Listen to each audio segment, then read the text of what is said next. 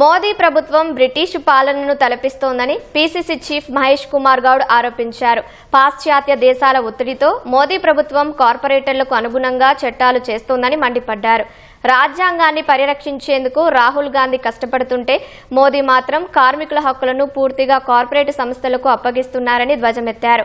కార్మికుల శ్రమను కార్పొరేట్ సంస్థలకు అప్పగించే హక్కును మోదీకి ఎవరిచ్చారని ప్రశ్నించారు. కార్మికులు కన్నెర్ర చేస్తే మోదీ ప్రభుత్వం పతనం కాక తప్పదని విమర్శించారు. కూడా ఈ దేశం నడుస్తుంది అంటే దాని ముఖ్య కారకులు కింది స్థాయిలో గ్రామాల్లో పనిచేస్తున్నటువంటి కష్టమొచ్చి పనిచేస్తున్న రైతులు, రైతు కూలీలు, ఆ తర్వాత వివిధ కంపెనీల్లో కర్మాగారాల్లో పనిచేస్తున్నటువంటి కార్మికులు, కర్షకులు.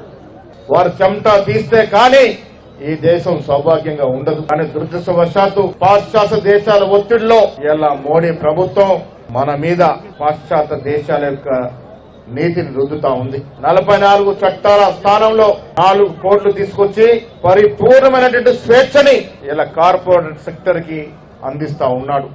చట్టాల్లో ఉన్నటువంటి హక్కుల్ని ఈ కోడ్ల ద్వారా కాలరాస్తూ అదానీ, అంబానీ లాంటి సంస్థలు కట్టబెడతా ఉన్నాడు. బ్రిటిష్ వారు మనతో ఏ రకంగా అయితే వెట్టి చాకిరీ చేయించుకున్నారో అదే రకమైనటువంటి వెట్టి చాకిరిని ఇప్పుడు మన కార్మికులు, కర్షకుల ద్వారా పెట్టుబడిదారులకు చేయించే కార్యక్రమంలో భాగంగానే ఈ కోడ్లు తీసుకొచ్చి మన మీద రుద్దుతా ఉన్నాడు. కింది స్థాయిలో కులాల మధ్య, మతాల మధ్య ఎంత చిచ్చున్నా పర్వాలే, వారు మాత్రం అధికారంలో ఉండాలి. వారికి మద్దతు ఇస్తున్న ట్రంప్ లాంటి దుష్ట శాసకుడి యొక్క కార్యక్రమాలు దేశంలో నడవాలి. దానికోసమే ఆయన తాపత్రయం అంతా కూడా. ఇది కార్మికుల వ్యతిరేకంగా జరుగుతున్నటువంటి కార్యక్రమం మనం తీవ్రంగా వ్యతిరేకించాలి. ప్రతి కాంగ్రెస్ కార్యకర్త దీంట్లో పాల్గొనాలని ఇచ్చిన పిలుపు మేరకే మేము అందరం కలిసి మీతో పాటు కలిసి ధర్నాలో పాల్గొంటా ఉన్నాం.